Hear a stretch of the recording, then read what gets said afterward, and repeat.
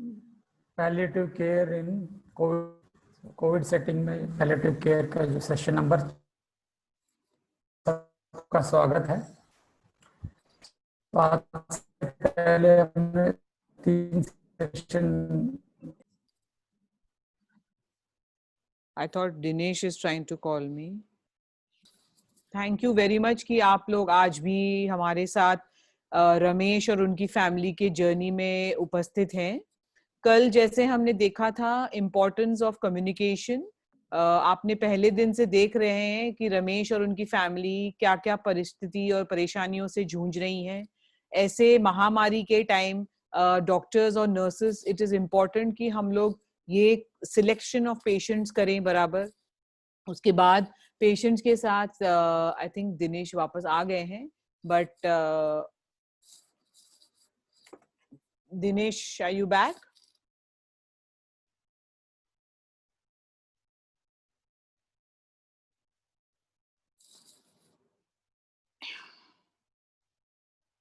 Anyway, so हमने देखा कि पहले दिन भी कि पैलिएटिव केयर का क्या सिग्निफिकेंस है इस महामारी में स्पेशली।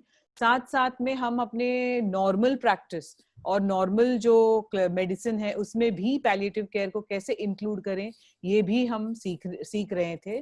दूसरे दिन डिस्ट्रेसिंग सिम्टम्स जो हैं वो उसके बारे में हमने सीखा, मॉर्फिन के बारे में सीखा, एल्गोरिदम्स के बारे में सीखा।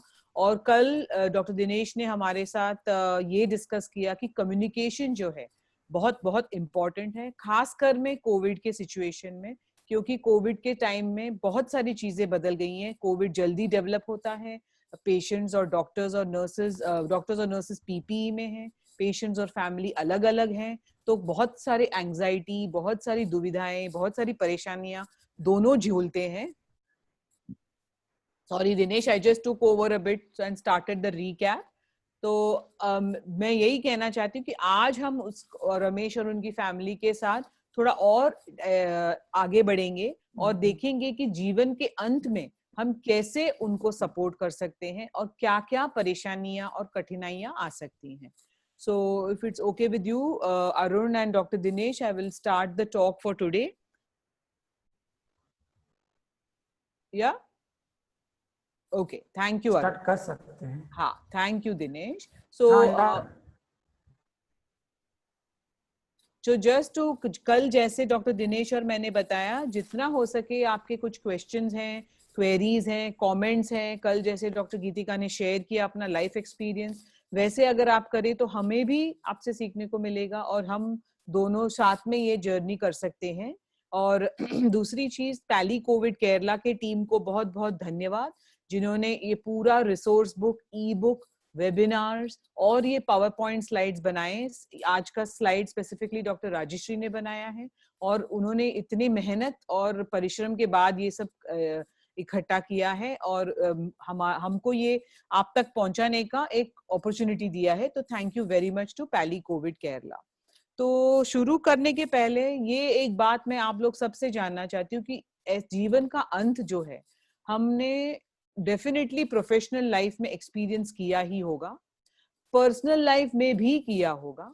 तो ये जो एक्सपीरियंसेस हम जमा करते हैं as a doctor, as a nurse, as a health care professional जीवन के अंत के लिए, तो आप इसके बारे में कभी अपने बारे में कभी सोचा है क्या? क्या आप बेसिकली इन सेशन का यही मतलब है कि डेथ जो है वो एक नेचुरल इवेंट है। लाइफ और डेथ एक ही कॉइन के दो साइड्स हैं, पर हमें मेडिकल ट्रेनिंग में जो है वेरी ऑफन डेथ और डाइंग के बारे में हार्डली सिखाया जाता है। मेडिकल ट्रेनिंग हो, नर्सेस के ट्रेनिंग हो, मोस्ट ऑफन जो है हमें क्योर सेव इसी के बारे में कि इलाज करना है, पेशेंट को बचाना है। उसके बाद जो मौत का है डिस्कशन करना है, पेशेंट को किस स्थिति में, पेशेंट के हालत क्या होने पे फैमिली के साथ कैसे बात करना है, उसके सेंसिटिवली, बिना उनको दुख दिए, बिना उनका टेंशन ज्यादा किए हम उनसे कैसे वार्तालाप करें, ये इम्पोर्टेंट है। इसके लिए हमें भी ट्रेनिंग की जरूरत है। तो आप प्लीज चैट बॉक्स में अपना एक्सपीरियंसेस और एनेक्डोट्स डालते जाइए। डॉक्टर दिनेश कुमार हैं जो चैट बॉक्स देख रहे हैं और वो बीच बीच में इंटरजेक्ट करके डिस्कस हम आगे करने ले जाएंगे. So first of all the concept कि हम कितने कंफर्टेबल हैं मौत के बारे में डिस्कस करने के लिए. Second thing, and of life में, जीवन के अंत में पेशेंट को मर्यादा, इज्जत और मैक्सिमम कंफर्ट कैसे रखा जा सकता है. Yes doctor Dinesh. So patient and of life में कितने हम मैक्सिमम कितना कंफर्ट रख सकते हैं और कोविड-19 के सिचुएशन में हम उसको कैसे हैंडल करेंगे, और हम बेसिकली इसके बारे में डिस्कस करेंगे. तो शुरुआत करने से पहले हमको यही पूछना था आपसे कि आप लोग मौत को कैसे देखते हो. हमारे ट्रेनिंग में तो सिखाया जाता है कि मौत एक फेलियर है. वेरी ऑफन हम लोग बोलते हैं, जैसे स्टूडेंट्स हैं हम लोग ये वेरी ऑफन बोलते हैं कि मेरे ड्यूटी पे नहीं मरना चाहिए पेशेंट, या कुछ भी करके मैं ये पेशेंट को जिंदा रखूंगा. तो आप लोगों के क्या विचार हैं मौत, मृत्यु के बारे में, और स्पेशली कोविड-19 में जहां पेशेंट्स की तबीयत बहुत जल्दी बिगड़ जाती है और बहुत पेशेंट अच्छे से चल के आते हैं कैजुअलिटी में और सडनली उनका तबीयत बिगड़ जाता है. ऐसे सिचुएशन में डॉक्टर्स, नर्सेस और जो वार्ड में काम कर रहे हैं उनको भी परेशानी होती है. तो कभी क्या आप लोगों ने कभी सोचा है अपने आप के मृत्यु के बारे में, और आपको क्या विचार आते हैं जब आप उसके बारे में सोचते हैं, जैसे आप कैसे मरना चाहेंगे या कहाँ रहना चाहेंगे. तो ये थोड़ी चीजें हैं, क्योंकि जैसे हमने कल भी इसी बारे में बताया था कि जैसे हम फीलिंग्स, इमोशन के साथ पेशेंट के साथ डील करते हैं, या जब हम खुद बीमार होते हैं, हमारे घर वाले बीमार होते हैं, तो हमको पता रहता है कि हमारा मानसिक और शारीरिक स्ट्रेस, आर्थिक सिचुएशन कितना होता है. वैसे ही पेशेंट भी इसी स्ट्रेसेस से जूझते हैं.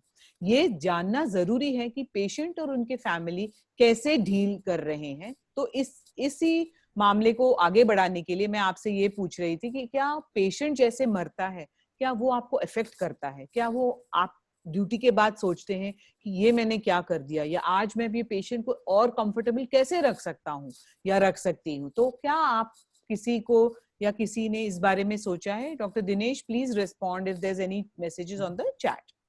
डॉक्टर राजम, हम आपके स्लाइड्स नहीं देख पा रहे हैं. Oh, you cannot see. 1 second. आपने 1 second. Start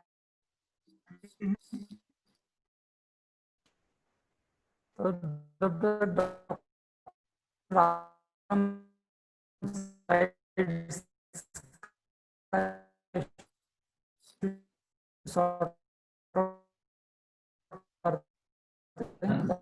Dinesh sir, your voice is breaking. Can you now see the slides? Yes, ma'am. Sure. सुझाव चैट बॉक्स में डाल Arun, is there anybody else who can co-facilitate on the call?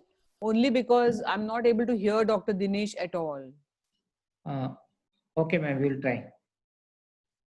Just find out who is there. Dr. Dinesh, we are not able to hear you. Now, Arun, can you see the slides? Yes, ma'am. हाँ, तो मैं यही बोल रही थी कि आप लोग क्या सोचते हो, वेदर आप मौत, अपने खुद के मृत्यु के बारे में सोचते हो. जब तक हम अपने मृत्यु के बारे में सोच के कंफर्टेबल नहीं हो जाते हैं, क्योंकि we are all of us are going to die, but हम कभी सोचते नहीं है ऐसे. तो अगर हम नहीं सोचते हैं तो क्या आप पेशेंट से ये इस बारे में बात कर पाएंगे? क्या सोचते हैं? कुछ विचार हैं आपके, आप शेयर करना चाहेंगे तो प्लीज जरा चैट बॉक्स में डाल लीजिए, ताकि हम नेक्स्ट स्टेप में जाएंगे तो हम उसके बारे में भी डिस्कस कर सकते हैं. तो आप चैट बॉक्स में डालते रहिए, मैं आगे बढ़ती हूँ. तो हम लोग रमेश और उसके परिवार के साथ चल रहे हैं इस पूरे हफ्ते. तो रमेश, जैसे आप कोविड पॉजिटिव थे, थोड़े बुजुर्ग भी थे, बहुत सारे उनको कोमॉर्बिडिटीज और बीमारियां कोविड के पहले थी, फिर उनको कोविड पॉजिटिव हुआ, वो आइसोलेशन में चले गए, फैमिली और पेशेंट दूर दूर रहने लगे, फिर पेशेंट का कंडीशन बिगड़ने लगा. तो हमने ये भी नोटिस किया कि ट्यूसडे को ये डिस्कशन हुआ रहेगा कि पेशेंट को अगर इंटेंसिव केयर ले जाना है तो क्या रमेश एक आइडियल कैंडिडेट है, और दूसरी चीज, क्या रमेश को आईसीयू और वेंटिलेटर पे डालना चाहिए. सो डॉक्टर रोहित कह रहे हैं कि शांतिपूर्वक बिना परेशानी के डेथ हो. करेक्ट. सो ये एक बहुत इंपॉर्टेंट पॉइंट है जो हमको सबको इफेक्ट करता है कि peace, dignity, respect and comfort, end of life जो कुछ क्षण हैं, जो कुछ दिन हैं आखिरी के, वो पेशेंट को मर्यादा, इज्जत और शांति के साथ बिताना चाहिए. एंड डॉक्टर गीतिका बोल रही है कि फैमिली अराउंड होना चाहिए, very important. But unfortunately doctor Geetika, ये कोविड हैज चेंज्ड एवरीथिंग. तो इसीलिए it becomes even more important that हम डॉक्टर्स लोग जो हैं पेशेंट और फैमिली के बीच एक मीडिएटर बने. नॉट सिर्फ डॉक्टर्स, काउंसलर्स, साइकोलॉजिस्ट, क्या बोलते हैं, नर्सेस बहुत बड़ा रोल प्ले करते हैं स्पेशली कोविड के टाइम में. तो इसीलिए हमको ये लेक्चर बहुत इंपॉर्टेंट है कि जीवन के अंत में वो पेशेंट के लिए हम कैसे आराम दे सके और कैसे कर सकते हैं. और अभी ये रमेश के साथ हमने डिसाइड किया है, हाँ ये भी इंपॉर्टेंट है कि less invasive procedures, correct, very very important, कि सबसे कम तकलीफ दे, स्पेशली जब हमें पता है कि पेशेंट का ओवरऑल प्रोग्नोसिस पुअर है, पेशेंट को डायलिसिस या कोई भी एग्रेसिव ट्रीटमेंट के बावजूद पेशेंट नहीं बच सकता है, तो फिर क्यों टोचा टोची करना चाहिए. ये थोड़ा सोच के करना चाहिए. अगर मेडिकल फ्यूटिलिटी एस्टैब्लिश हो गया है तो फिर पेशेंट को टोचना, पेशेंट को तकलीफ देने से और पेशेंट का एंड ऑफ लाइफ और भी अनकंफर्टेबल हो जाता है. तो हमारा ये मेन उद्देश्य है कि पेशेंट को इज्जत और मर्यादा के साथ हम इस दुनिया से अलविदा करें. इसी बारे में आपके कोई पार्टिसिपेंट्स, फ्रेंड्स हैं जो कल हमसे ये बात किए थे about DNR, which is do not resuscitate, and advanced care plan. तो उस दोनों के बारे में भी हम डिस्कस करेंगे. तो हम रमेश जी जो अभी बहुत सीरियस हैं, जो अभी हमने डिसाइड किया है पैलिएटिव केयर टीम और ट्रीटिंग टीम कि इनको हम आईसीयू में नहीं ले जाएंगे और इनको वेंटिलेटर पे नहीं डालेंगे क्योंकि इनका आउटकम जो है वो इतना अच्छा नहीं होगा. सो इसलिए, पर फिर भी उनका हक बनता है कि वो अच्छे से मर्यादा, कंफर्टेबली इनको अलविदा करें. सो चित्रा मैडम पूछ रही हैं, does anyone have thoughts on futile care specially in Covid situation? तो प्लीज आपका आंसर डाल लीजिए. क्या आप इसके बारे में कुछ सोचते हैं स्पेशली कोविड के सिचुएशन में कि अननेसेसरी एग्रेसिव ट्रीटमेंट नहीं होना चाहिए? Thank you Chitra. So going ahead, इस बारे में बात करना बहुत जरूरी है क्योंकि भारत देश 2015 में एक सर्वे हुआ था कि कौन सा देश में मरना उचित है या नहीं, और अनफॉर्चुनेटली भारत 80 देशों से 67th आया था. मतलब नीचे से 13वां नंबर है भारत का, which means भारत एक ऐसा देश है, it is not a good country to die in because quality of death index जो है वो बहुत बहुत पुअर है हमारे कंट्री में. सो ये इसका कारण क्या है? इसका कारण बहुत कुछ हो सकता है. फ्रॉम पेशेंट सिलेक्शन, हम किस पेशेंट्स को आईसीयू लेके जाते हैं, किस पेशेंट्स की जिंदगी प्रोलॉन्ग करते हैं, जो पेशेंट्स के ऑलरेडी इतने सारे कोमॉर्बिडिटीज हैं, क्या हम वैसे पेशेंट्स को एग्रेसिव ट्रीटमेंट देना चाहिए? हम यंगर पेशेंट्स जिनका सर्वाइवल अच्छा हो उनको प्रॉपरली सिलेक्ट करके ट्रीट करना चाहिए. सो ये भी एक कारण है कि हम पुअर क्वालिटी ऑफ डेथ में इंडेक्स में बहुत बहुत लो रेट है.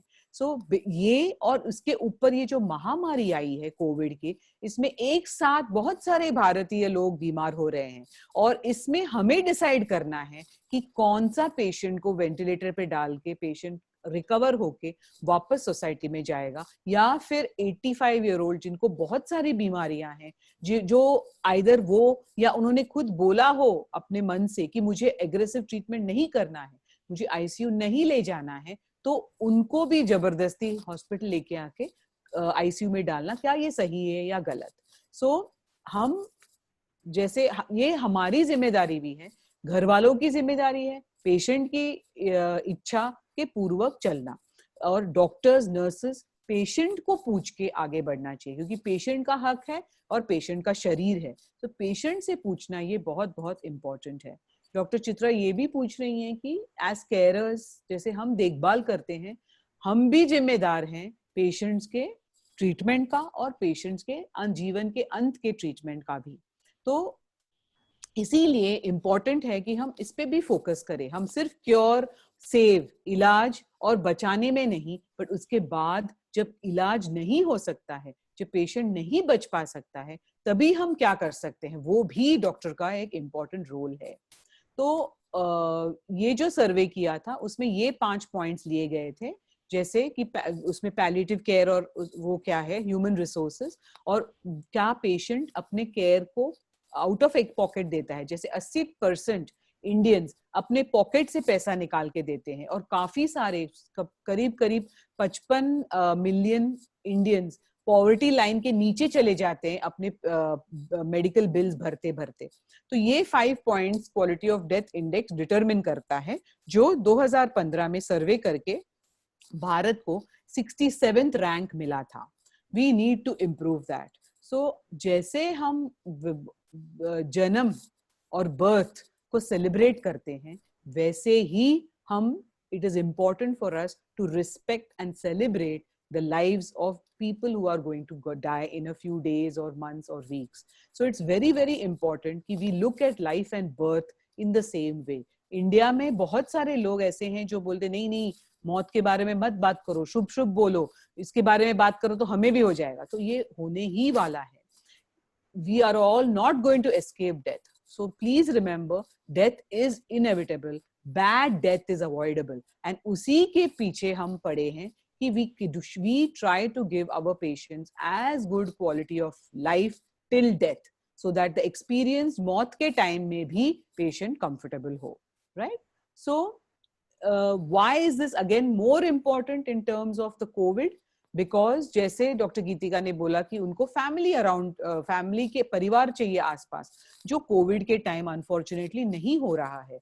सो पहली चीज तो कोविड एक वायरस बीमारी है, तो बहुत जल्दी पेशेंट बीमार हो जाते हैं। तो पेशेंट एडमिशन से आईसीयू तक की जो दूरी है वो 2-4 दिन या कुछ पेशेंट्स में 2-4 घंटे में भी हो जाते हैं। तो ये बहुत फास्ट प्रोग्रेशन है।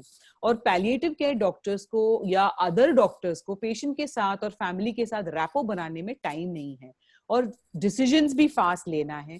पेशेंट और फैमिली अलग अलग हैं, तो वो लोग साथ में भी नहीं है बात करने के लिए। हमें उन दोनों से बात करके फिर एक जॉइंट शेयर्ड डिसीजन में पहुंचना है। और दूसरा तो हम सब पूरे प्रोटेक्टिव गियर में हैं, तो वो भी एक बैरियर हो जाता है पेशेंट को बात करने को या फैमिली को बात करने को। सो प्लस ये जो है हमारे जो रिसोर्सेज हैं, वेंटिलेटर्स हैं, बोलिए डायलिसिस मशीन्स हैं, ये भी एक लिमिटेड अमाउंट के हैं। सब पेशेंट्स को हम सब कुछ नहीं दे सकते हैं। इसीलिए भी इम्पोर्टेंट है कि हम केयरफुली पेशेंट्स को सिलेक्ट करके उसी पेशेंट्स को हम एग्रेसिवली ट्रीट करें जिन्हें फायदा हो और जिनकी इच्छा हो, और जिन्हें एग्रेसिव ट्रीटमेंट देके उनका भी जिंदगी सुधार ले, ना कि उनको तकलीफ करके हम सिर्फ उनकी मृत्यु को प्रोलॉन्ग करें।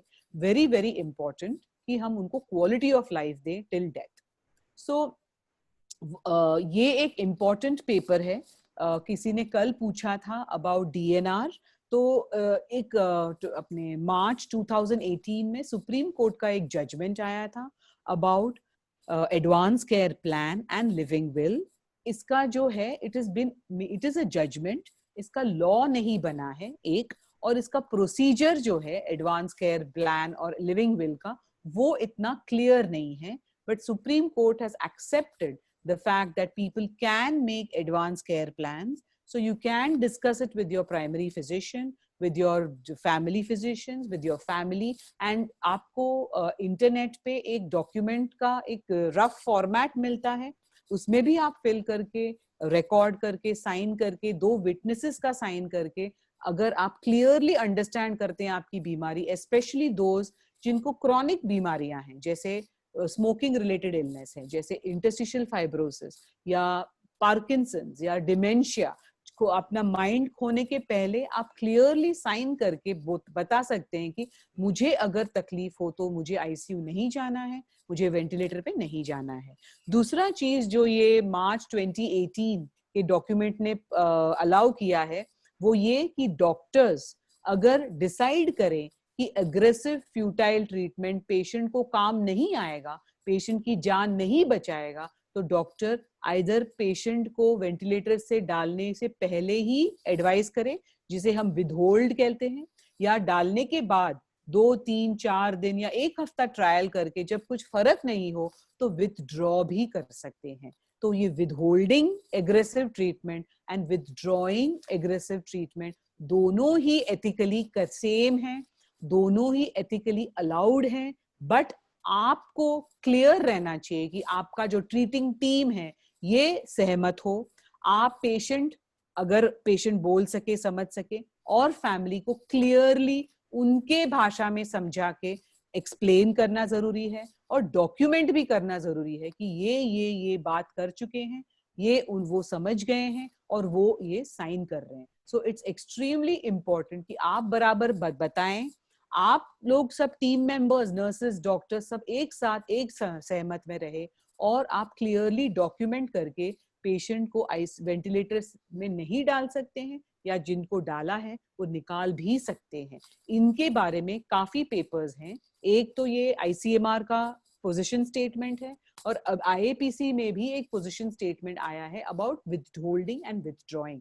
ये दोनों medically ethically, medico ethically sound है। Most important is consensus, communication and documentation. So this is very, very important to improve the quality of life of a patient before death. Doctor राजम, मैं यहाँ पे Yes. कुछ add करना चाहूँगा। Yes, please. ये जो and of life care से related issues हैं, इसके लिए 2 नए डॉक्यूमेंट्स भी अवेलेबल हैं। एक एम्स ने and of life care policy design की थी, जो मई 2020 में पब्लिश हुए Indian journal of medical research में। तो जो ICMR ने अपनी तरफ से इसे पब्लिश किया है, तो वो भी एक अच्छा डॉक्यूमेंट है। वो आपको फ्रेमवर्क देता है किस तरह से एंड ऑफ लाइफ इश्यूज आप हैंडल कर पाएंगे। और साथ में जो मैडम ने जो बताया है ऑलरेडी, IAPC का 2014 का एक कंसेशन स्टेटमेंट है, उसमें भी स्टेप वाइज उन्होंने एक्सप्लेन किए हैं कि स्टेप वाइज आप कैसे, हर स्टेप वाइज कैसे आप वो डिसीजंस ले सकते हैं, किस स्टेज पे आपको क्या करना है। पूरा फ्लो चार्ट के साथ में अच्छे से वहाँ पे समझाया गया है। और जैसे डॉक्टर राजम ने अभी चैट में लिखा है, MCI भी, क्योंकि अब हम जो कुछ सीख रहे हैं अभी प्रैक्टिस में जाने के बाद में, इतने साल अपने जजमेंट से गलत सलत करके जैसे जैसे सीख के हम कर रहे हैं, तो अब MCI ने भी अंडर ग्रेजुएट लेवल पे भी ये इश्यूज इंक्लूड किए हैं। तो एक अलग से मॉड्यूल इंट्रोड्यूस हुई है, एडकॉम मॉड्यूल, उसमें भी ये सब मेंशन किए हुए हैं। तो आपके लिए एटलीस्ट ये 3 डॉक्यूमेंट्स आप जरूर देखिए, सुप्रीम कोर्ट का जजमेंट, और जो Indian association of palliative care का जो स्टेटमेंट पोजीशन पेपर है वो, और जो IJMR मई 2020 में IJMR में जो आर्टिकल पब्लिश हुआ है DNR की पॉलिसी के बारे में। ये 3 डॉक्यूमेंट आप जरूर देखिएगा। Okay. So going ahead, तो प्रिंसिपल्स क्या है एंड ऑफ लाइफ में? हम जीवन के अंत में क्या सोचना चाहिए? पेशेंट का comfort is the most important thing, and हम क्या क्या करके पेशेंट को कंफर्टेबल कर सकते हैं। शायद हमारे पास सबका सॉल्यूशन नहीं है, बट कुछ हद तक जितना हो सके हम पेशेंट को कंफर्ट करना चाहिए। दूसरी चीज इज कम्युनिकेशन। पेशेंट अगर सुनने की हालत में है तो जरूर पेशेंट को दिलासा देना चाहिए, बताना चाहिए कि वो अकेले नहीं है, सपोर्ट करना चाहिए। और दूसरी चीज, फैमिली को भी टाइम टू टाइम कैसे बताएंगे ये कोविड के सिचुएशन में, आइदर व्हाट्सएप कॉल है या वीडियो कॉल है, या फिर आप टाइम टू टाइम एक जैसे 2 o'clock में एक टीम मेंबर को बताएं कि patient number so and so, name so and so with this condition, तो वो एक फैमिली मीटिंग हो सकती है। या फिर फॉरेन में उन्होंने नए नए तरीके अपनाए हैं, जैसे विंडो पे वो चिपका देते हैं कि आपकी मम्मी ठीक है, या सो स्मॉल थिंग्स। ये इंपॉर्टेंट है क्योंकि आप समझ सकते हैं कि वो पेशेंट और फैमिली क्या तकलीफों से जूझ रही हैं, और उनको समझ, उनके पैरों के तले जमीन खिसक गई है, क्योंकि ये आदमी तो 4 दिन पहले बिल्कुल ठीक था और आज सडनली वो तो बोल रहे हैं कि वो मरने वाले हैं। तो ये बहुत इंपॉर्टेंट है कि पेशेंट फैमिली को भी सपोर्ट किया जाए, स्पेशली जब पेशेंट एकदम अक्यूटली बहुत बीमार हो जाते हैं। सो एंड ऑफ लाइफ के प्लान में फर्स्ट ऑफ ऑल इज, क्या पेशेंट चाहते हैं, गोल्स ऑफ केयर, मतलब पहला ये है कि हम क्या करना चाहते हैं, पेशेंट का एम हमें क्या करना चाहिए, तो वो इम्पोर्टेंट है, वो डिस्कशन करना बहुत बहुत इम्पोर्टेंट है। दूसरा चीज ये है कि सडनली जो पेशेंट है क्योरेटिव फेज से जा रहा है और फिर सडनली हम बोल रहे हैं कि अब शायद पेशेंट बच नहीं पाएगा, तो वो ट्रांजिशन भी स्मूथ होना चाहिए। इसीलिए हम बोलते हैं कि पैलिएटिव केयर और ट्रीटमेंट पे केयर जो है इंटीग्रेट होना चाहिए। ये नहीं कि एक खत्म होता है और दूसरा चालू होता है, ऐसा नहीं होना चाहिए। एक स्मूथ ट्रांजिशन होना चाहिए। पैलिएटिव केयर को जितना जल्दी हम इंट्रोड्यूस करें उतना जल्दी हम होलिस्टिक यानी कि कंप्लीट केयर दे पाएंगे पेशेंट और फैमिली को। और उसके बाद अगर हम एक बार डिसाइड कर चुके हैं कि ये पेशेंट को अभी कंफर्टेबल रखना है, तो हम पैलिएटिव केयर के टीम को इन्वॉल्व करके पेशेंट फैमिली को पूरी तरह से मनोवैज्ञानिक तरह से और सब कुछ तरह से we can support the family. क्योंकि पैलिएटिव केयर पेशेंट के मौत तक सीमित नहीं है। पेशेंट के मौत के बाद जो बेरीवमेंट है उसमें भी हम लोग सपोर्ट करते हैं। और आप लोगों को तो मालूम ही है कि अगेन कोविड के टाइम पे जो अंतिम संस्कार के वक्त है, उसके बाद का वक्त है, वो बॉडी को देते नहीं है, तो ये सब भी बहुत मुश्किल हो जाती है। तो ये बेरीवमेंट जो पेशेंट के मौत के बाद का पीरियड है, उसे भी हम पैलिएटिव केयर लोग सपोर्ट करते हैं। तो इस वजह से और भी इम्पोर्टेंट हो जाता है कि पैलिएटिव केयर को इन्वॉल्व किया जाए कोविड के टाइम पे स्पेशली। और स्पेशली ये भी क्योंकि हम ऐसे पेशेंट्स को सिलेक्ट करके इंटेंसिव केयर में डालें जिनको फायदा हो और जिनका कंडीशन इम्प्रूव हो सके। तो इससे आगे जाते हुए हम ये सोचे कि कैसे करेंगे हम। तो फर्स्ट ऑफ ऑल अगर हमें अच्छा जीवन का अंत प्लान करना है तो हमें पेशेंट को कंफर्टेबल रखना है। और पेशेंट को कंफर्टेबल रखने के लिए सिम्टम मैनेजमेंट सबसे इम्पोर्टेंट है। सो उसके लिए सिम्टम्स जो कॉमनली क्या देखते हैं आप एंड ऑफ लाइफ में, कोविड के सिचुएशन में 2 मोस्ट कॉमन आए हैं, वो है सांस फूलना और एजिटेशन। जैसे आप लोग बता सकते हैं एजिटेशन को क्या वर्ड यूज कर सकते हैं? Doctor Dinesh, I am at a loss of words. हम बेचैनी यूज कर सकते हैं, उतावलापन यूज कर सकते हैं। यस, सो आप लोग में भी से कुछ है सजेशन तो आप भी सजेस्ट कीजिए। बट सांस फूलना और ये एजिटेशन या बेचैनी जो मेडिकल रीजंस के वजह से भी हो सकता है, साइकोलॉजिकल रीजंस के वजह से भी हो सकता है, उसके बारे में हम देखेंगे। ऑफ कोर्स पेशेंट्स को पेन हो सकता है, फीवर, सिक्रीशंस, तो हम इसके बारे में यूज कर सकते हैं, इसके बारे में जरा देखेंगे। क्योंकि अगर पेशेंट्स के ये सिम्टम्स, लक्षण हम सुधार कर सकते हैं, इवन अगर 100% नहीं सुधार कर सकते, थोड़ा बहुत सुधार कर सकते हैं, थोड़ा प्यार से, एम्पैथी से बात कर सकते हैं, तो पेशेंट का भी कंडीशन थोड़ा आराम होगा और फैमिली भी थोड़ी ईज में रहेगी कि पेशेंट तड़प नहीं रहा है तकलीफ से। सो ब्रेथलेसनेस जो है, हम इसे टर्मिनल ब्रेथलेसनेस बोलते हैं। टर्मिनल ब्रेथलेसनेस जो कि बहुत कॉमन सिम्टम है, नॉट जस्ट कोविड के टाइम, काफी कंडीशन, काफी पेशेंट्स जो जस्ट मौत के जस्ट पहले बहुत से पेशेंट्स ब्रेथलेस हो जाते हैं।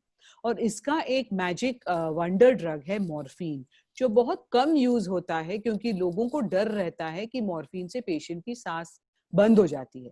बट हम पैलिएटिव केयर में सब मेडिसिन, सब दवाइयों का उतना ही डोज में यूज करते हैं जिससे पेशेंट को आराम हो। हम उतना ही डोज यूज करते हैं जिससे पेशेंट तकलीफ से कम हो। द मिनट तकलीफ कम होती है हम वो डोज ही रखते हैं, उससे बढ़ाते नहीं हैं। हमारा इंटेंट जो है, उद्देश्य पेशेंट कंफर्ट है। पैलिएटिव केयर में हम भगवान नहीं बनते हैं, हम मौत को आगे या पीछे नहीं घसीटते हैं, वो हमसे होगा भी नहीं, वो हमारा काम भी नहीं है। मोस्ट इंपॉर्टेंट इज हम वेरी सेफ डोजेस यूज कर सकते हैं। जैसे आप देख रहे हैं मॉर्फिन का सिर्फ 5 मिलीग्राम हम अंडर द स्किन देते हैं। आप लोगों ने डे 2 में आपको पता चल गया होगा कि अंडर द स्किन जैसे इंसुलिन देते हैं सबक्यूटेनियसली, वो सेफेस्ट और मोस्ट पेन फ्री मेथड है पेशेंट को उस परिस्थिति में, उस सिचुएशन में इंजेक्शन देने की। या फिर आप फेंटेनिल भी यूज कर सकते हो जहां पे मॉर्फिन नहीं मिलता हो। शायद कुछ ऐसी जगहियां हैं इंडिया में जहां मॉर्फिन नहीं मिलता है। उसके साथ आप मिडाजोलैम भी यूज कर सकते हैं 5 मिलीग्राम, वो भी सबक्यूट दे सकते हैं।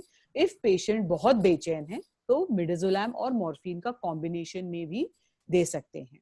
दूसरा चीज है जो अगर पेशेंट को आप बोलस डोजेस में दे सकते हैं, बट अगर आपको लग रहा है कि पेशेंट कंफर्टेबल नहीं है तो आप एक कंटिन्यूअस इन्फ्यूजन जैसे सिरिंज ड्राइव या सिरिंज पंप, और अगर वैसा नहीं मिला तो सबक्यूटेनियसली भी ड्रॉप के हिसाब से आप दे सकते हैं, क्योंकि सब जगह शायद सिरिंज ड्राइव और सिरिंज पंप नहीं मिलता है, और इसमें आप दोनों मेडिसिन को कंबाइन करके भी दे सकते हैं, मॉर्फिन और midazolam. Any questions? I think Nandini has a question. या मैं उससे पहले रोहित जी का भी एक क्वेश्चन है। यस, रोहित जी मर्सी किलिंग के बारे में जानना चाहते हैं कि इंडिया में पॉलिसी क्या है, जहाँ पे पेशेंट्स वो डिस्कशन करते हैं कि उनकी तकलीफ काफ़ी ज़्यादा है, और तो मर्सी किलिंग की अगर डिमांड अगर होती है तो उसके लिए क्या पॉलिसी है। ओके। और नंदिनी जी एडजंक्टिव्स इन पेन की बात कर रही हैं, स्पेशली गाइडेड इमेजिनरी और रिलैक्सेशन टेक्निक्स का। नंदिनी जी, रिलैक्सेशन टेक्निक्स और गाइडेड इमेजरी का बहुत इंपॉर्टेंट रोल है पेन मैनेजमेंट में, और दूसरे जो स्पेशली नॉन ट्रीटेबल सिम्टम्स होते हैं वहाँ पे नॉन फार्माकोलॉजिकल इंटरवेंशन जैसे आपने बताया उनका काफ़ी अच्छा रोल है। सो रोहित जी का इशू हम एंड ऑफ लाइफ केयर का जब वहाँ पे डिस्कस करेंगे। yes, surely, please Can I remind. say, Yeah, can sorry. I say something, Yes, Shraddha? of course, please welcome Chitra. Yeah. No, because I just listened to Nandini's question on guided Yeah, imagery sure. and relaxation. Yeah, they are very useful. We agreed that behavioral techniques or, non-pharmacological management really does well, especially for, pain and for anxiety and other symptoms. But let us also look into the COVID situation. Yeah, so correct. how much would we be able to do all those things in this limited kind of situation, the limitations that COVID brings? So you can translate that into Hindi. Sure. So I think we should also, of course, it is very useful palliative. When you look at palliative care in general, these are all techniques that we should use in management of pain and other symptoms. But let us also look into how these would be useful or applicable in this situation. So doctor Chitra जो एक पैली Covid की main member हैं और उन्होंने कल का जो प्रेजेंटेशन भी बनाया है, वो कह रही है कि कोविड की परिस्थिति में क्या these things हम क्या कितने हद तक यूज कर सकते हैं, वो इम्पोर्टेंट है सोचने में, क्योंकि कोविड के टाइम में जो इलेक्टिव प्रोसीजर्स हैं और जो बाकी प्रोसीजर्स हैं वो ऑलरेडी डॉक्टर लोग बहुत ज्यादा काम के वजह से कम हो रहा है। ये जो जनरल पैलिएटिव केयर में डेफिनेटली यूज है, इनके वर्थ भी हैं, बट कोविड की सिचुएशन में मे बी इतना कॉमनली नहीं यूज कर पाएंगे, क्योंकि डॉक्टर्स, नर्सेज और जो हेल्थ केयर है वो बहुत ही ज्यादा कोविड और उनके पेशेंट्स और उनके नंबर्स में बिजी हो जाते हैं। और दूसरा चीज ये है कि हम क्या बोलते हैं, ये सब चीज जरूर ध्यान रखना चाहिए जबकि नॉर्मल फंक्शनिंग हो, non pandemic, it is distancing. Correct. Also, no, we cannot probably apply some procedures. Correct. When you have to maintain social distancing or you're using a platform. Zoom. Correct. Absolutely. Thank you so much, Chitra. Dinesh, you want to say something? नहीं, मैं भी यही कह रहा था कि जैसे क्योंकि टाइम का इश्यूज रहते हैं और जो जितना close face to face interaction चाहिए इन इमेजिनरी और रिलैक्सेशन टेक्निक्स के लिए, वो शायद कोविड सेटिंग में डिफिकल्ट होगा। तो जैसे नंदिनी जी बता रहे हैं कि उन्होंने माइल्ड केसेस में ट्राई किया है, तो एंड में शायद अगर टाइम हो तो हम उनसे उनका एक्सपीरियंस शेयर करने के लिए कहेंगे। So end में we will discuss mercy killing and we'll have a discussion on mercy killing and we'll also ask Nandini to share her thoughts. So आगे बढ़ते हुए बेचैनी या एजिटेशन जो बोलते हैं उसका ट्रीटमेंट देखेंगे। इसका ट्रीटमेंट जो मोस्ट कॉमनली हम लोग पैलिएटिव केयर सेटिंग्स में हैलोपेरिडोल यूज करते हैं, जो 20 मिलीग्राम का along with midazolam 30 milligrams is what is used. Again, these drugs can be combined.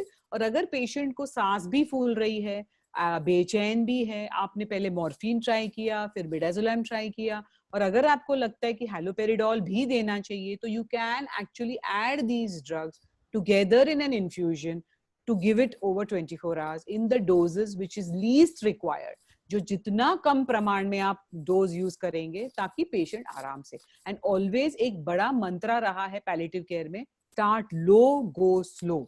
हमेशा कम से कम प्रमाण में आप दवाई चालू करिए और धीरे धीरे ही बढ़ाइए। Don't be in a rush to increase the doses, because हमारा उद्देश्य is only patient comfort. Patient जो कंफर्टेबल है, ऑटोमेटिकली हम स्ट्रेस नहीं रहेगा और फैमिली को भी स्ट्रेस नहीं होगा। So please remember, start low, go slow. Okay. Then coming to pain and fever, जैसे इम्पॉर्टेंट अगेन आप लोग को मालूम है हम लोग WHO लैडर फॉलो करते हैं। WHO लैडर में माइल्ड, मॉडरेट और सिवियर पेन क्लासिफाई किया गया है। और अगर हम सिंपल तरीके से आज के लेक्चर के लिए यूज करें तो नॉर्मल स्टाइल में, जैसे नॉन कोविड टाइम में हम विजुअल एनालॉग स्केल यूज करते हैं, जिसमें पेशेंट को पूछते हैं कि आपका पेन का स्कोर क्या है, और अगर 1 to 4 है तो हम उसे माइल्ड कैटेगरी देते हैं, 4 to 7 हम उसे मॉडरेट देते हैं, और 7 to 10, 8 to 10 हम उन्हें सिवियर देते हैं, डिपेंडिंग ऑन वेयर पेशेंट का कौन सी WHO लैडर पे है। माइल्ड के लिए हम पैरासीटामोल और एनसेड्स यूज करते हैं, मॉडरेट के लिए हम वीक ओपियोइड्स जैसे ट्रामेडोल यूज करते हैं, और एकदम सिवियर के लिए हम स्ट्रॉन्ग ओपियोइड्स जैसे मॉर्फिन, हाइड्रोक्सीकोडीन, ऑक्सीकोडोन यूज करते हैं। एक इम्पॉर्टेंट चीज ये भी है कि बच्चों में सिर्फ एक WHO लैडर 1 और 3 है, वीक ओपियोइड्स हम बच्चों में नहीं देते हैं। तो आप लोग सब जानते हैं कि पैरासीटामोल का डोज इज यूजुअली 12 मिलीग्राम पर kilogram body weight, so the range can be 0.5 to 1 gram, and आप अप टू 4 ग्राम दे सकते हैं 24 घंटे में। ये ओरली भी दिया जा सकता है, इन्फ्यूजन भी दिया जा सकता है, और सपोजिटरी भी दिया सकता है। सिमिलरली ओपियोइड्स जो हैं वो ओरली भी दे सकते हैं, इंट्रावीनस भी दे सकते हैं, सबक्यूटेनियस भी दे सकते हैं। ऑफ कोर्स अपनी कंट्री में पैचेस भी हैं बट बहुत बहुत महंगे हैं, और पर रेक्टल भी दे सकते हैं। So these are different ways of giving the medications. So please remember कि पेन के लिए हम लोग WHO लैडर फॉलो करते हैं, एंड इम्पॉर्टेंट है कि जीवन के अंत में हम पेशेंट को मैक्सिमली कंफर्ट रखें। वो पेन हो, सांस फूलना हो, बुखार हो, जितना हम कंट्रोल कर सके उतना कंट्रोल करने की जरूरत है। दूसरा एक यस, हम यहाँ पे उनसे पूछ सकते हैं कि पेन असेस कैसे करेंगे आप? हाँ, कोविड के सिचुएशन में कि हाँ जनरल और कोविड दोनों, ओके, कि मॉडरेट सीवियर है या क्या है, वो कैसे पता चलेगा आपको? कोई चैट बॉक्स में आंसर डालेंगे प्लीज।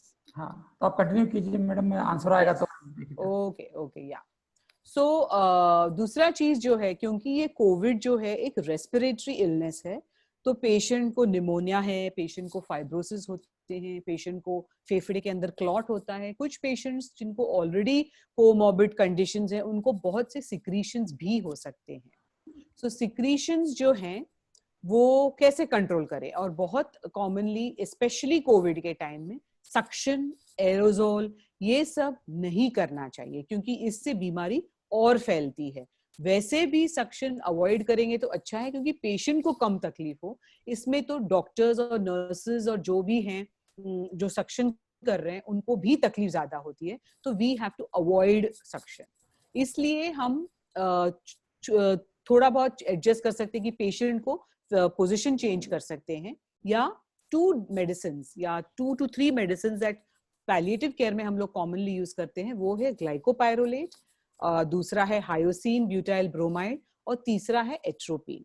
इसमें क्या है, इट इज लाइक आप सिक्रीशंस को ही कम कर रहे हैं। सो अगर बहुत सारा सिक्रीशंस आ रहा है, पोजीशन चेंज करके भी देख लिया, एंटीबायोटिक्स तो चालू हैं, तो 2-3 थिंग्स यू कैन चेक कि बहुत सा फ्लूइड नहीं दे रहे हैं क्या, पेशेंट का कार्डियक आउटपुट क्या है। समटाइम्स बहुत फ्लूइड देने से भी बहुत सिक्रीशंस आते हैं।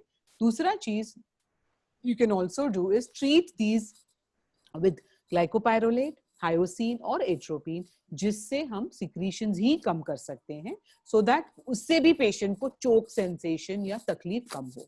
डॉक्टर दिनेश, कुछ रेस्पॉन्सेज आए हैं। पेन के लिए 2 रेस्पॉन्सेस हैं, एक तो बॉडी लैंग्वेज और एक्सप्रेशन ऑफ द पेशेंट। अच्छा, मैं यहाँ पे पूछना चाहूँगा, ऐसे कोई स्केल्स हैं जो हम यूज कर सकते हैं? क्योंकि बॉडी लैंग्वेज एक्सप्रेशंस वो इम्पोर्टेंट है, पर उनको हम यूनिवर्सली असेस करने के लिए यूजली यूज नहीं करते हैं, क्योंकि वो पेन टॉलरेंस के ऊपर एक्सप्रेशंस वगैरह वेरी करेंगे। तो कुछ और हैं जो हम यूज कर सकते हैं? कोई स्केल्स आपने सुने हो, simple scales?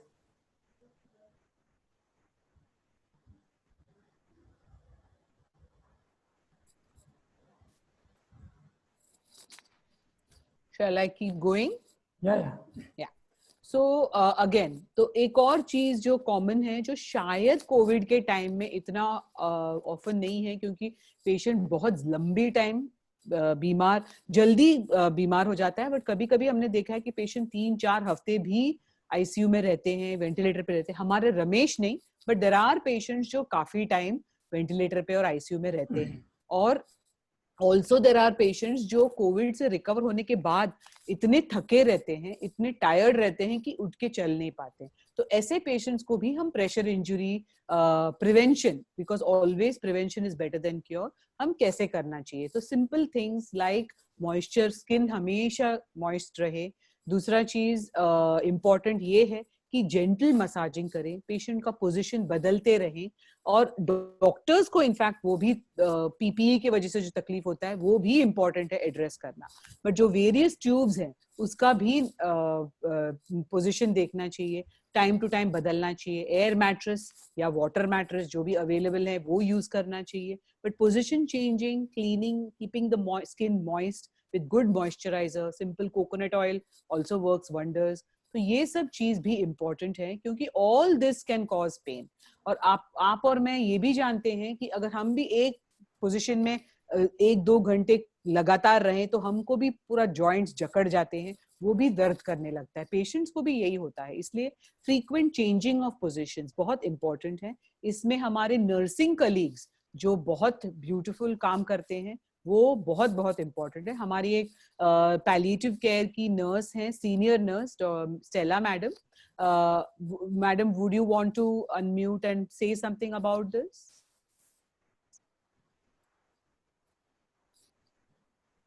Yeah, thank you, Dr. Raja.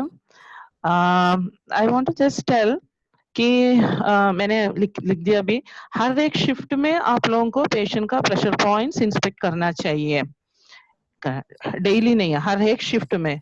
Because हम लोग बताता है कि 2 घंटा काफी है एक पेशेंट को प्रेशर अल्सर होने के लिए फर्स्ट स्टेज में। तो हर एक शिफ्ट में हम लोगों को ये देखना पड़ेगा, स्पेशली ये पेशेंट्स जो भी ईटी ट्यूब में है, specially in ventilators, RT tube में है, सब है ना, उनका मास्क में रखा है, तो थोड़ा सा उसको निकाल के भी देखना पड़ेगा कि कहीं वहां पर रेडनेस तो हुआ नहीं है करके, क्योंकि ज्यादा से ज्यादा लोगों को रेडनेस हो रहा है और वो भी कंप्लेंट भी आ रहा है रेडनेस हो रहे करके। सो वो थोड़ा सा है ना, हम लोग निकाल के देखने से उस टाइम का प्रेशर भी प्रेशर कम हो जाता है।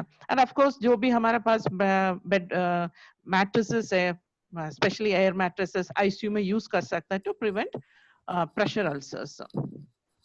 Thank you Stella madam.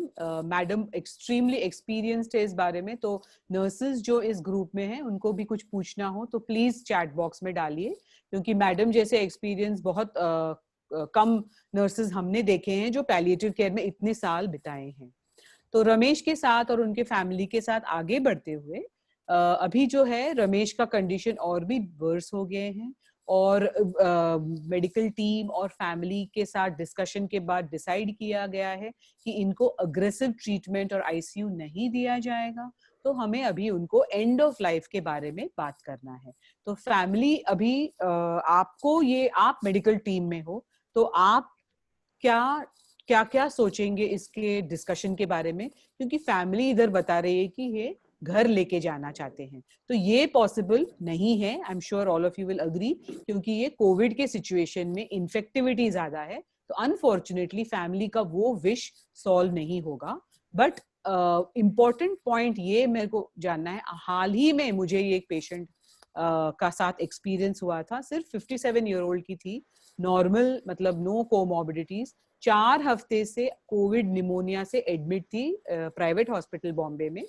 तो पहले कोविड रिपोर्ट पॉजिटिव आया, वेंटिलेटर पे थी, वेंटिलेटर का ऑक्सीजन रिक्वायरमेंट सेटिंग से बिल्कुल वीन नहीं हो रही थी। 4 वीक्स के बाद वापस रिपीट किया तो वो कोविड नेगेटिव थी, फिर भी तो उसे क्लीन आईसीयू में शिफ्ट किया गया, और बट उसका कंडीशन इंप्रूव नहीं हुआ, और फिर finally the treating doctor, family सब बैठ के वी डिसाइडेड कि ये पेशेंट को विथड्रॉ करना चाहिए, क्योंकि she was on maximum ventilatory support, 100% oxygen plus maximum inotropic support, and she was just not responding.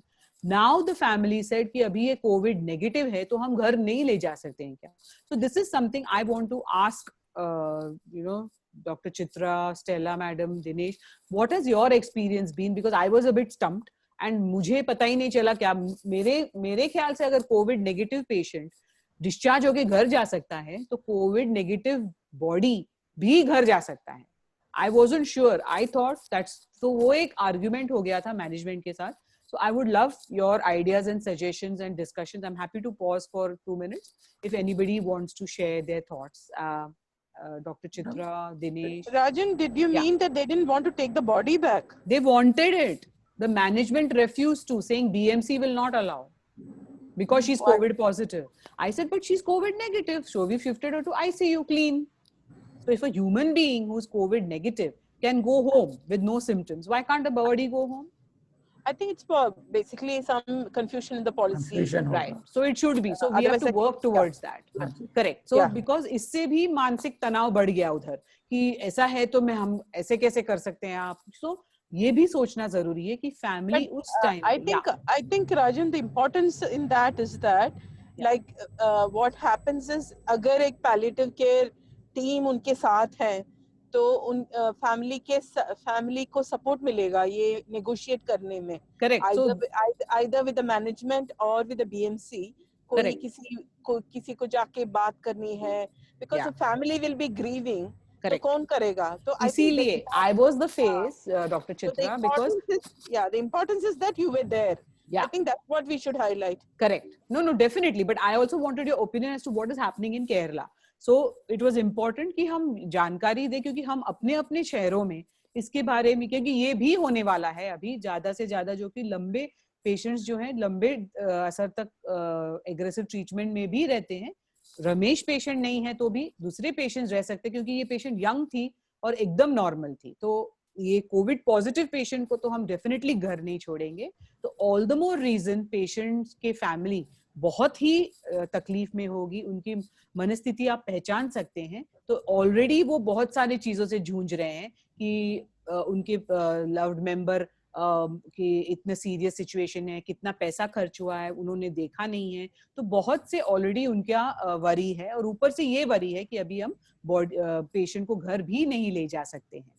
तो ये भी एक इम्पॉर्टेंट है जो जिसमें पैलिएटिव केयर का बहुत बड़ा रोल है पेशेंट के फैमिली को इस वक्त सपोर्ट और सहारा देने की.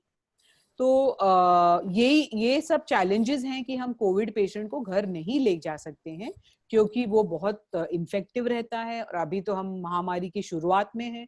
हमको कंट्रोल करना है महामारी का स्प्रेड, प्लस घर पे कोई सपोर्ट नहीं मिलेगा और बाकी के नेबर्स भी सपोर्ट नहीं करेंगे. तो ये सब चैलेंजेस हैं जिसके वजह से हम पेशेंट को घर नहीं भेज पाते हैं और पेशेंट और फैमिली दोनों को इस वक्त बहुत सारे सपोर्ट, एनकरेजमेंट और ये जानना जरूरी है कि पेशेंट अकेला नहीं है, पेशेंट कंफर्टेबल है और फैमिली को भी जिस काइंड ऑफ सपोर्ट की जरूरत है, काउंसलर सपोर्ट, डॉक्टर सपोर्ट, ये भी देना बहुत बहुत इम्पोर्टेंट है.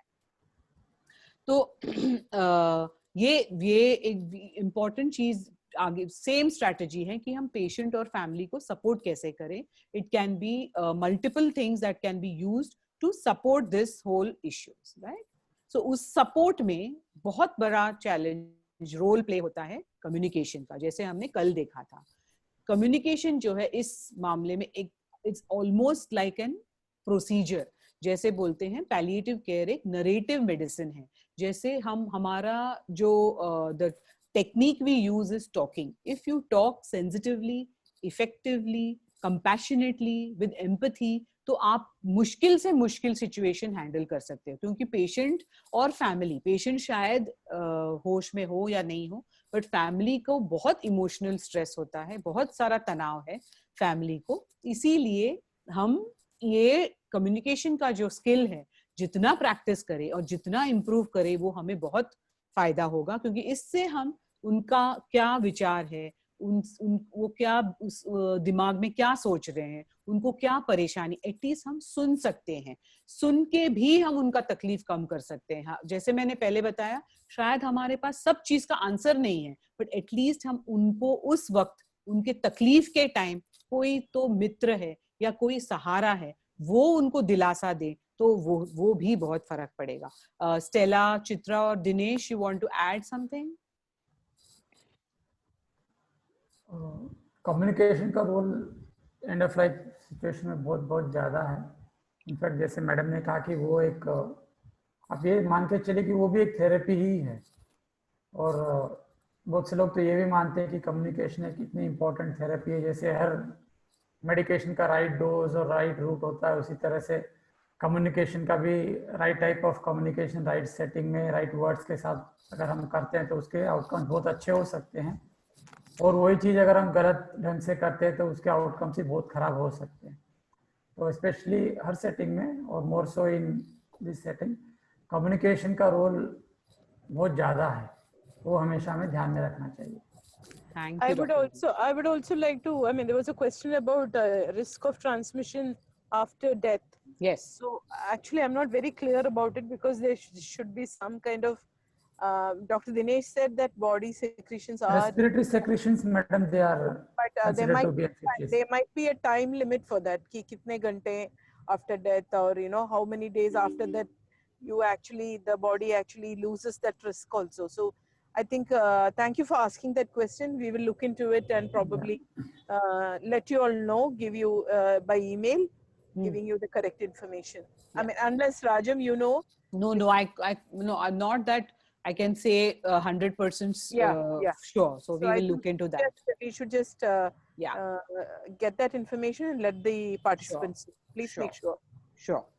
So जैसे बोल रहे थे कि जो एक अगर आप लोग सब में एक्सपीरियंस किया है किसी लव्ड वन या किसी नाना नानी किसी का मौत घर पे, तो आपको पता चलता है कि वो पूरा घर का वातावरण, घर लोगों से भरना, रिलेटिव्स आना, ये सब भी शोक के टाइम बहुत ही फैमिली को सपोर्ट देते हैं। सो ये बहुत इम्पोर्टेंट है कि हम भी फैमिली को सपोर्ट इस महामारी के टाइम कैसे करें, क्योंकि इस महामारी में ना वो पेशेंट को देख पाते हैं, ना पेशेंट के लास्ट मिनट्स में है, और ना उनको बॉडी मिलता है। तो ये बहुत ही कॉम्प्लेक्स ग्रीफ हो जाता है। और ऐसा भी पेपर्स में बहुत आया है कि ये महामारी के बाद मानसिक तनाव और मानसिक परेशानियों से एक और महामारी आएगी, क्योंकि ये जो कोविड की वजह से बहुत लोगों को बहुत अजीबोगरीब एक्सपीरियंसेस हुए हैं। तो ये मौत के बाद का जो पीरियड है ये भी बहुत कठिन हो रहा है पेशेंट्स और फैमिली को। तो ये भी हमको मुद्दे नजर रखते हुए पेशेंट्स और पेशेंट की फैमिली से डील करना चाहिए। तो ये इम्पोर्टेंट है कि ये एक सिंपल फोटोग्राफ है, जैसे मैंने आपको we want to discuss euthanasia also, इसी के पहले का स्टेप है कि हम क्या चाहते हैं। मैंने शुरू में पूछा था कि आपने क्या आपके मौत के बारे में सोचा है। 2-3 लोगों ने बोला था कि पीसफुल होना चाहिए, फैमिली वालों के साथ होना चाहिए। तो ये 2 पिक्चर्स क्लियरली बताते हैं कि एक है जो कंफर्ट दे रहा है, सहारा दे रहा है, और एक बेचारा अकेला आईसीयू में ट्यूब्स के भरा पड़ा हुआ है। तो क्लियरली जब हमारा चॉइस है patient on the left and not on the right, तो पेशेंट्स के भी ये चॉइसेस होंगे। हमारा ये इम्पोर्टेंट है कि हम पेशेंट से पूछें और हम पेशेंट्स के फैमिली के साथ डिस्कस करें। हालांकि कोविड के टाइम में हमें वक्त नहीं मिलता है, बट कोविड महामारी से हमें ये जरूर मिल गया है टाइम कि जो भी हैं हमारे लाइफ में, बुजुर्ग हैं, हम खुद जो अभी अच्छे हैं, हम भी सोचना चाहिए कि अभी से हम हमारा एडवांस केयर प्लान करके रखना चाहिए। ये एक बड़ा सीख मिला है, क्योंकि जब पेशेंट्स आईसीयू में आते हैं एडवांस केयर प्लान के साथ, तभी डिसीजन लेना इजी होता है, पेशेंट को कम तकलीफ होती है, पेशेंट के फैमिलीज को कम गिल्ट लगता है, और डॉक्टर्स को मॉरल डिस्ट्रेस नहीं होता है कि ये पेशेंट को वेंटिलेटर दूं कि ये पेशेंट को वेंटिलेटर। तो ये बहुत बड़ा एडवांटेज है। Please start thinking and reading, and हम रिसोर्सेज शेयर कर रहे हैं अबाउट एडवांस केयर प्लान। तो ये एक इम्पॉर्टेंट चीज है कि एंड ऑफ लाइफ अच्छा होने के लिए उसके पहले हमको प्लानिंग करना बहुत जरूरी है। That is one very important thing जो हम कोविड के पैंडेमिक से सीखना चाहिए, और हमारे पेशेंट्स के साथ बात करना चाहिए जो बुजुर्ग है स्पेशली, क्योंकि उनको कोविड से बचने का कम चांसेस है। तो उनको पूछना जरूरी है कि क्या आप कैसे चाहते हैं हम आपका इलाज कैसे करें। ये बहुत इंपॉर्टेंट है, एंड इसीलिए this will help us managing the last hours properly, because everybody is prepared, everybody is more controlled. It is upsetting, it's दुख तो कम नहीं होगा, but at least हम लोग उसके बारे में तैयार रहेंगे, और फैमिली गुस्से में नहीं, फ्रस्ट्रेशन में नहीं रहेंगे। तो वो इम्पोर्टेंट है, क्योंकि हमने बहुत बार देखा है कि हमने जब डिक्लेयर किया है डेथ, बहुत सारे टाइम आईसीयू या कैजुअलिटी के डॉक्टर को मार पीट हॉस्पिटल को जलाना, ये सब क्यों होता है? क्योंकि कम्युनिकेशन के इम्प्रॉपर कम्युनिकेशन या नो कम्युनिकेशन के वजह से. सो प्लीज रिमेंबर, ये सब जो टाइम है वेरी वेरी इंपॉर्टेंट, कि आपको बात करना जरूरी है, और बात करने का ढंग, कंटेंट, कैसे, किससे, वो सब भी इम्पोर्टेंट है, और उसका सब डॉक्यूमेंटेशन भी इम्पोर्टेंट है, ताकि हम फाइनल आवर्स को प्रॉपरली मैनेज करें और पेशेंट को वो इज्जत और मर्यादा दें जो पेशेंट डिजर्व करता है. ये बहुत बहुत इम्पोर्टेंट है. सो अभी जो पेशेंट अभी मर गया है, वो अभी यही है कि वो बॉडी, ये हमको आपको बताना है कि वो वायरस कितने टाइम रहता है, कौन से सिक्रीशंस में रहता है, एक्सेट्रा. ये एक इम्पॉर्टेंट बात है इंडिया में, कि पेशेंट को स्टिग्मा, पेशेंट्स और उनके फैमिलीज को जैसे ये स्टिग्मा आ जाता है, वो एक इम्पॉर्टेंट चीज है कि ये किसी का फॉल्ट नहीं है. ये कोविड है, वातावरण से, किसी ने कुछ करके नहीं हुआ है. तो ये इम्पोर्टेंट है कि आप एड्रेस करें कि पीपल शुड नो कि ये स्टिग्मा नहीं करना चाहिए, राइट. सो ये वेरी वेरी इम्पोर्टेंट है कि स्टिग्मेटाइज नहीं करना चाहिए. सो प्लस ये एक और चीज जो है कि मैंने जैसे बताया, ये महामारी के टाइम हम सब तनाव में हैं, डॉक्टर्स, नर्सेस, हॉस्पिटल्स, कम्युनिटी, सब जो रास्ते में है वो भी, जो महल में है वो भी, जिसके पास पैसे हैं, जिसके पास जॉब है, जिसके, सो एवरीबडी इज स्ट्रेस्ड, बच्चे घर में पढ़ रहे हैं. So we need to make sense of all this, और इसके लिए कल का टॉक बहुत इंपॉर्टेंट होगा, जो डिस्ट्रेस मैनेजमेंट है. हम भी परेशान है, पेशेंट भी परेशान है, और नर्स, अपने फैमिली भी परेशान है. ये सब मैनेज करना इंपॉर्टेंट है, क्योंकि हमारी परेशानियां नहीं तो हमारे काम पे आती है, और फिर हम पेशेंट के साथ और फैमिली के साथ ठीक से व्यवहार नहीं कर पाते हैं, राइट. तो इसीलिए ये जो महामारी है, ये एक बहुत कॉम्प्लेक्स ग्रीफ पैदा कर चुकी है सबके लिए. सबकी जिंदगी में एक कॉम्प्लेक्स ग्रीफ है, और ग्रीफ सिर्फ मनोवैज्ञानिक नहीं है, it is also physical, spiritual, social. Means समझ में नहीं आ रहा है ये कहाँ खत्म होगा, कैसे खत्म होगा, कभी खत्म होगा. तो ये पूरी महामारी, इसकी बीमारी और इसके लक्षण, और जैसे पेशेंट मर रहे हैं, जैसे फैमिलीज बिखर रहे हैं, ये सब एक बहुत कॉम्प्लेक्स ग्रीफ तैयार हो गया है, जिसके बारे में डील करना भी हम कल डिस्ट्रेस वाले टॉक में जरूर बात करेंगे. ये भी हमने ऑलरेडी डिस्कस कर लिया है पहले, कि कोविड के टाइम जो फ्यूनरल प्रोसेस है, जो क्लोजर मिलता है, बॉडी नहीं देखने का, बॉडी घर नहीं आने का, ये सब बहुत कठिन परिस्थितियां हैं. नॉर्मल डेथ, नॉर्मल सिचुएशन में ही बहुत डिफिकल्ट होता है डील करने में. कोविड के टाइम में, कोविड डेथ में पेशेंट को बिना देखे, पेशेंट को बिना अलविदा बोले और भी कठिन होता है. तो प्लीज आपके पेशेंट और फैमिली को ध्यान में रखते, उनकी सिचुएशन को ध्यान में रखते हुए प्लीज डील कीजिए. हम मानते हैं कि पेशेंट, डॉक्टर्स और नर्सेस को काम बहुत है, और आप भी परेशान हैं, बट आप आपकी परेशानियां आपके टीम मेंबर्स के साथ डिस्कस कीजिए, हमारे साथ डिस्कस कीजिए, हम आपको सपोर्ट करेंगे, बट पेशेंट और फैमिली को एक स्पेशल दर्जा जरूर दीजिएगा. तो प्लीज फोकस पेशेंट पे कीजिएगा. प्लीज पेशेंट को फिजिकली कंफर्टेबल रखना, अननेसेसरी इंटरवेंशंस मत करना, और प्लीज कम्युनिकेशन कम्युनिकेशन कम्युनिकेशन बहुत इंपॉर्टेंट है. और फैमिली को पेशेंट के मौत के बाद भी आपकी जरूरत है, तो उनको जरूर सपोर्ट करना. But before I and, Dr. Dinesh, Chitra, Stella madam, there was a gentleman who wanted to talk of mercy killing. So I will just start it. I think it was Rohit who commented on mercy killing. So हम in India mercy killing, हम उनके opinion ले ले पहले. हाँ please Rohit, आप unmute करके बात कर लीजिए. रोहित जी, आप अपना क्वेश्चन पूछिए. Arun, can you unmute Rohit? Yes sir.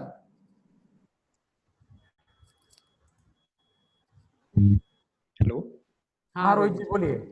Ma'am, मैं इसके बारे में जानना चाह रहा था कि इंडिया में मर्सी किलिंग में क्या पॉलिसी है. मींस कि अभी ये एक्टिव फॉर्म में, इसके बारे में ज्यादा जानकारी नहीं है कि ये किस तरीके से काम करती है. ओके, मैं सिर्फ शुरुआत करूंगी, बाकी एक्सपर्ट्स भी हैं. So mercy killing is unlawful in India. We don't believe in euthanasia. We in palliative in a country, Bharat Rajam, let me just say one thing. Sure. I think we should not even use the term mercy killing. Correct. Okay. There is no killing for mercy. Right. So I think that term itself is obsolete. use it. So please, very clearly, it is euthanasia and how Yeah. we understand euthanasia. Yeah. So thank you so much. So doctor Chitra बोल रहे हैं कि killing होना ही नहीं चाहिए. हमारे doctors के जो मेडिकल डिक्शनरी में स्पेशली मर्सी किलिंग जैसे होना ही चाहिए. टर्म हम जो यूज करते हैं वो है यूथेनेसिया. तो यूथेनेसिया अनलॉफुल है इंडिया में.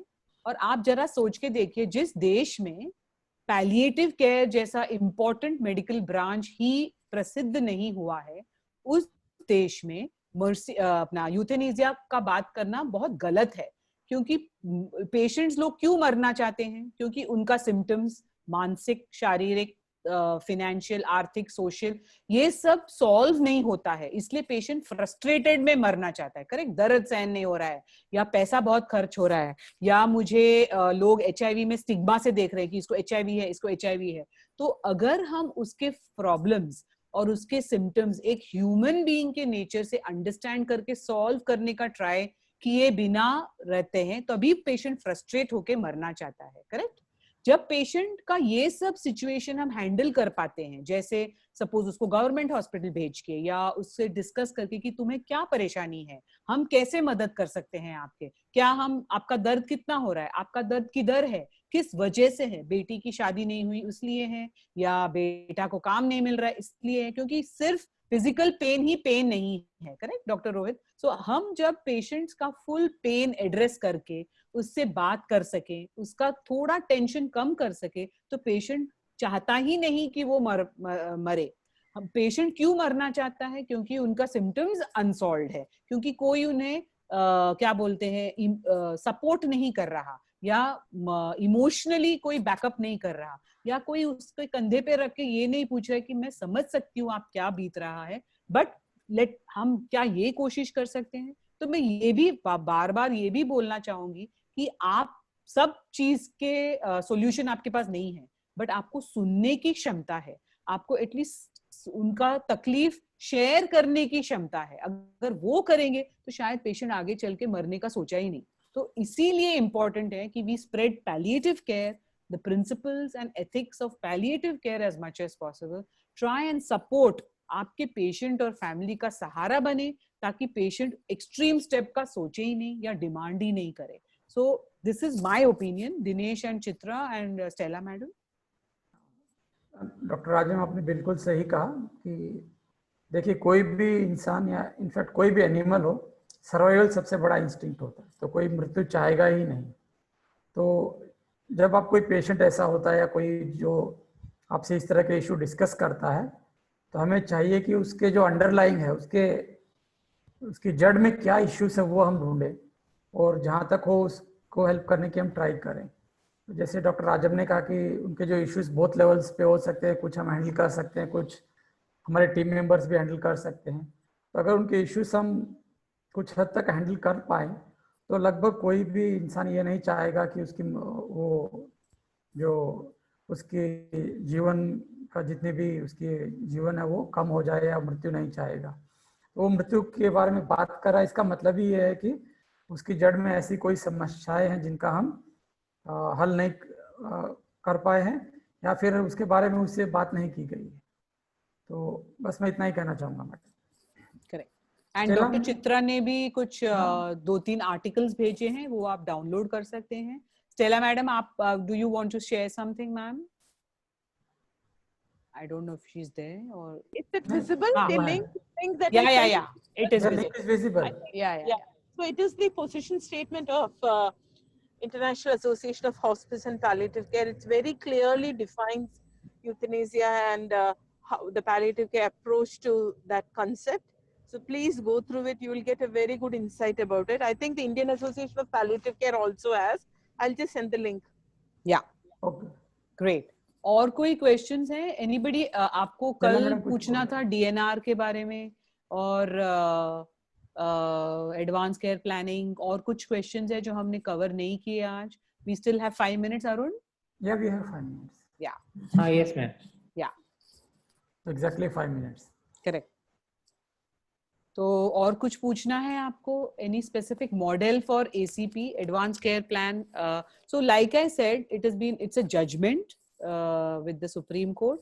The logistics of preparing the advanced care planning is still complicated. It is still not understood. There are some models already there on the web. Currently, what I do is हम क्या करते हैं कि patient से बात करते हैं, family से बात करते हैं, patient family दोनों से बात करते हैं. फिर ये सब के लिए टाइम लगता है जो कोविड के सिचुएशन में हमें नहीं मिलता है. क्रॉनिक इलनेस जैसे पेशेंट को रीनल फेलियर है, जैसे पेशेंट को सीओपीडी है, तो काफी वक्त मिलता है ये सब डिस्कस करने के लिए. तो हमारा ये दरख्वास्त है कि थ्रू दिस पैंडेमिक हम ऐसे पेशेंट से बात करें और उनका तैयारी और उनका विचार ऑलरेडी ले, और उसके बाद हम फैमिली डॉक्टर को इन्वॉल्व करते हैं, हॉस्पिटल के डॉक्टर को इन्वॉल्व करते हैं, और वो पूरा लिस्ट लगते हैं. I don't want to be hospitalised, not be ventilated, I understand in my own language. In fact hydration जैसे राइल्स ट्यूब डालना, डायलिसिस करना, इंट्रावीनस मेडिकेशंस, ये भी सब part of advance care planning है. क्योंकि सिर्फ वेंटिलेटर पे डालना ही केयर नहीं होता है, सब स्टेजेस केयर होता है. राइल्स ट्यूब में डालना, फॉर एग्जांपल एक पेशेंट है मोटर न्यूरॉन डिजीज, वो पेशेंट स्वॉलो करना बंद करता है, क्या वो पेशेंट चाहता है कि उसके नाक से नली डालें? ये भी इंपॉर्टेंट है. तो हर पेशेंट का सब पूरा डिटेल में लिख के साइन करके, 2 विटनेस का भी साइन करते हैं, और जो हॉस्पिटल में पेशेंट जाएगा, हम अभी मेरा ये है कि वो कैजुअलिटी मेडिकल ऑफिसर को भी बताया जाता है कि इस पेशेंट को कंफर्ट केयर चाहिए, इस पेशेंट को आईसीयू में नहीं रखना, कंफर्टेबली केयर रखना चाहिए. और डॉक्टर चित्रा मैडम ने लिखा है कि गूगल करके Indian association of palliative care का पोजीशन स्टेटमेंट है यूथेनेसिया पे, वो भी आप डाउनलोड कर लीजिए. So this is what we are doing. Yeah, I know Chitra madam अभी गाड़ी में है, मेरे को गाड़ी का हॉर्न भी सुनाई दिया. But thank you for all that support. Anybody else wants to add a question, comment, share your experience? Otherwise, we will wrap up soon after the feedback. And I hope आपको e-book काम आ रहा है और आप देख रहे हैं. कल हमारा ये सेशन, ये वीक का लास्ट सेशन होगा, जो डिस्ट्रेस मैनेजमेंट पे होगा, जो बहुत इंपॉर्टेंट है क्योंकि करंटली हम सब वो फील कर रहे हैं, डॉक्टर्स हो, नर्सेज हो, एडमिनिस्ट्रेटर्स हो, पेशेंट्स, फैमिलीज, कम्युनिटीज, तो हम कैसे एक दूसरे को सपोर्ट करेंगे ये कल देखेंगे. कल के facilitators Arun, who are there? Doctor Charu, doctor Charu and Smriti Rana. Okay, so Smriti and doctor Charu रहेंगे कल. प्लीज आपका ई बुक रेफर कीजिए, and anything you want to share, please feel free. Dr. Dinesh, you would like to say something? We have discussed most of the topics. तो जो आज जिनको advance care planning और ऐसे issues में जिनको ज़्यादा इंटरेस्ट है, वो जो लिंक चित्रा मैडम ने शेयर किए हैं, जो सुप्रीम कोर्ट का जजमेंट है, जो IJMR का आर्टिकल है, उसमें से पढ़िए. इनफैक्ट प्रॉब्लम ये है कि अभी इसके, जैसे मैडम ने कहा कि करेक्ट प्रोसीजर्स पूरे इतने डिटेल में अभी अवेलेबल नहीं है, क्लियर कट. तो ये डॉक्यूमेंट्स को मद्देनजर रखते हुए आप अपने सेटिंग के लिए एक थोड़ा गाइडलाइन जैसे बना सकते हैं, फिर कोई इंस्टीट्यूशनल कमिटी लेवल पर डिसाइड करके इसको फाइनलाइज कर सकते हैं. उसके बैकग्राउंड के लिए काफ़ी अवेलेबल है, पर क्लियर कट लिखा हुआ नहीं कि ऐसे ऐसे स्टेप्स ऐसे करना है.